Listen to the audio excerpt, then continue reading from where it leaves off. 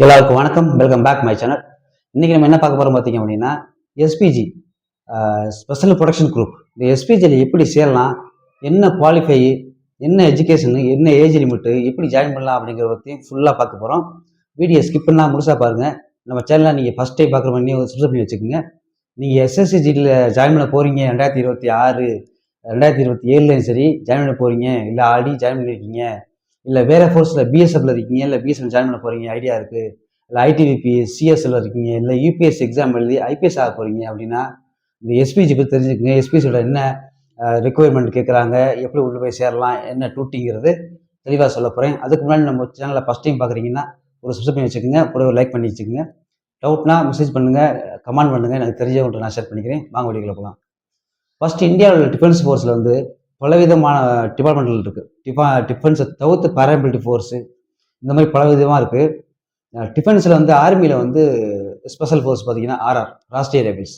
இந்த ஆர்மியில் ராஷ்ட்ரிய ரைபிள்ஸ் வந்து அவங்க வந்து ஒரு ஒரு தீவிரவாதியை வந்து ஒரு எல்லை பகுதியில் ஒரு ஒரு இடத்த ஹைஜாக் பண்ணியிருக்காங்க அப்படின்னா அதில் மீட் கொடுக்குறது, அவங்கள என்கவுண்டர் பண்ணுறது தான் ஆரோட வேலை. ஆர்ஆருக்கு வந்து சிஆர்பிஎஃப் தான் ஸ்குவாட் பார்ட்டி, ப்ரொடக்ஷன் பார்ட்டி மாதிரி சொல்லலாம். ஓகேங்களா? இதெல்லாம் தவிர்த்து ஒவ்வொரு டிபார்ட்மெண்ட்லேயுமே ஒவ்வொரு ஸ்பெஷல் ஃபோர்ஸ் வச்சுருப்பாங்க. இப்போ சிஆர்பி எடுத்துக்கோங்க. சிஆர்பியில் விஐபி ஸ்குவாட் தனியாக ஒரு பட்டாலியன் இருக்குது. அது போக கோப்ரா கமாண்டோ இருக்குது. அது போக ஆர்ஏஎஃப் ராபிட் ஆக்ஷன் ஃபோர்ஸ், அந்த மாதிரி ஒரு செக்ஷன் இருக்குது. இந்த மாதிரி சிஆர்பியில் தனித்தனியான ஒரு டிபார்ட்மெண்ட் வைஸாக இருக்குது. அடுத்தது பார்த்தீங்க அப்படின்னா சிஎஸ்எஃப்லையும் சரி, பிஎஸ்எஃப்லையும் சரி, இந்த மாதிரி ஒவ்வொரு ஃபோர்ஸ்லையுமே அழகு ஒரு டிபார்ட்மெண்ட்டு ஸ்பெஷல் ஃபோர்ஸாக கிரியேட் பண்ணி வச்சுருப்பாங்க.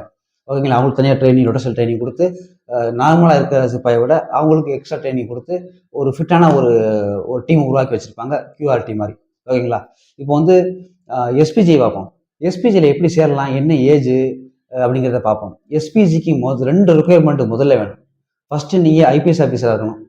ரெண்டாவது நீங்கள் central armed police force CAPF அதில் நீங்கள் சர்வீஸ் பண்ணியிருக்கணும், இல்லை அதில் சேர்ந்துருக்கணும். ஓகேங்களா?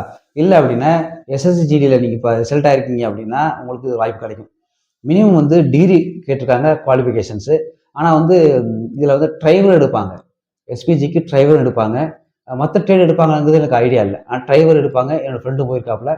ஆனால் எஸ்பிஜி உள்ளே ரெக்ரூட் பண்ணுறதுக்கு பேசிக்காக நீங்கள் இந்த ரெண்டு இருக்கணும்னா ஃபஸ்ட் ஐபிஎஸ் கிளியர் பண்ணியிருக்கணும். அப்படி இல்லை அப்படின்னா எஸ்எஸ்சிஜிடியில் நீங்கள் போயிருக்கணும். 35 வயசுக்குள்ளே இருக்கணும். உங்களுக்கு டிகிரி முடிச்சிருக்கணும், 35 வயசுக்குள்ளே இருக்கணும். இதுதான் பேசிக்கு. ஆனால் ஆஃபீஸர்ஸுக்கு மட்டும் 40லேருந்து 45 வயசுக்குள்ளே இருக்கலாம். பாராமிலிட்டரி ஃபோர்ஸ் ஆஃபீஸர் சரி, இல்லைன்னா ஐபிஎஸ் ஆஃபீஸர் இருக்கிறவங்க சரி, அவங்களுக்கு மட்டும் ஆஃபீஸருக்கு மட்டும் வயசு தரவு வந்து 40லேருந்து 45 வயசு வரைக்கும் இருக்கலாம். இதுதான் பேசிக் குவாலிஃபிகேஷன்ஸ். இப்போ வந்து நீங்கள் எஸ்எஸ்ஜிடிலேயோ சரி ஐபிஎஸ் ரேங்க் விட்டுருங்க. இப்போ எஸ்எஸ்ஜிடி நீங்கள் உள்ளே போகிறீங்க, ஒரு இப்போ பிஎஸ்எஃப்லையோ சிஆர்பிஎஃப்லையோ ஐடிவிபிலையோ உங்களுக்கு வந்து வேலை கிடச்சிச்சு. வேலை கிடைச்சதுக்கப்புறம் நீங்கள் ட்ரைனிங் இருக்கும்போது உங்கள் மேலே ஒரு என்கொயரி வரும். உங்கள் லோக்கல் ஸ்டேஷனில் உங்கள் மேலே ரிப்போர்ட் இருக்கா, கேஸ் இருக்கா அப்படின்னு சொல்லி உங்கள் மேலே என்கொயரி வரும். எந்த கேஸ் இல்லை, ரிப்போர்ட் இல்லை, எந்த பிரச்சனையும் இல்லை அப்படின்னு சொல்லி நம்ம ஸ்டேஷன் இருக்கிற லோக்கல் ஸ்டேஷன்லேருந்து ஒரு லெட்டர் அனுப்புவாங்க, உங்கள் மேலே எந்த பிரச்சனையுமே இல்லை அப்படின்னு. உங்கள் ட்ரைனிங் நடந்துக்கிட்டு இருக்கும், அது வாட்டுக்கு உங்களுக்கு என்கொயரி போயிட்டு முடிஞ்சிடும். இல்லை உங்கள் மேலே வந்து என்கொயரி இருக்குது, உங்கள் மேலே கேஸ் இருக்குது அப்படின்னு தெரிஞ்சுன்னா உங்கள் ட்ரைனிங்கில் டிஸ்கஸ் பண்ணிவிட்டு வீட்டுக்கு அமைச்சு விட்டு கேஸை முடிக்க சொல்லி கிளியர் பண்ண சொன்னதுக்கப்புறம் திருப்பி ட்ரைனிங்கு நீங்கள் பண்ணணும். இதான் பேசிக் ப்ரொசீஜர். எஸ்பிஜியில் வந்து உங்களுக்கு ஒரு 10 வருஷம் வந்து 5 வருஷம் சர்வீஸ் பண்ணியிருப்பீங்கன்னு வச்சுக்கோமே.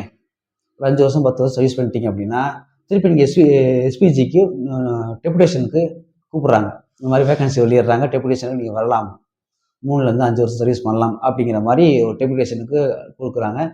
நம்மளும் அப்ளை பண்ணுறோம். அப்ளை பண்ண இங்கே என்ன நடக்கும் அப்படின்னா உங்கள் மேலே திருப்பி ஒரு என்கொயரி போகும், இவன் மேலே கேஸ் இருக்கா அப்படின்னு சொல்லி. நம்மளோட வில்லேஜோட ஸ்டேஷனுக்கு வரும், நம்ம டிபார்ட்மெண்ட்டுக்கு ஸ்டேஷன் வரும். இவங்களோட ரெக்கார்டு எப்படி இருக்குது, எந்த பிரச்சனையும் இல்லை, இவங்க டிசிப்ளினாக இருக்காங்களா, இவங்க ரெக்கார்டு ஏதாவது கெட்டு போயிருக்கா, இல்லை வந்து ரொம்ப ஒரு ஆக்வர்டான பிஹேவியரா, எல்லாம் செக் பண்ணுவாங்க. எல்லாமே வெரி குட்டில் இருக்குது அப்படின்னா எந்த பிரச்சனையும் இல்லை, நீங்கள் உள்ளே போயிடலாம். உள்ளே போனதுக்கப்புறம் வந்து உங்களுக்கு பலவிதமான டெஸ்ட்டுகள் நடக்கும். எஸ்பிஎஸ்சிங்கிறது மென்டலி ஃபிசிக்கலி ஃபிட்டாக இருக்கும்.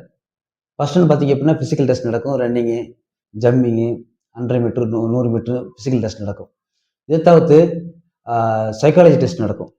ஃபிட்னஸ் ஃபிசிக்கல் டெஸ்ட் முடிஞ்சு, சைக்காலஜி டெஸ்ட் முடிஞ்சு, இன்டர்வியூ முடிஞ்சு, மெடிக்கல் டெஸ்ட் முடிஞ்சு, மொத்தம் 4 ஸ்டெப் இருக்குது. இதில் நீங்கள் பாஸ் பண்ணணும். அதாவது நம்ம பேசிக்காக வெளியில் ஜாயின் பண்ண போகிறோமோ எப்படி என்னன்னு இருக்கோ அது அப்படியே அங்கேயே இருக்கும்.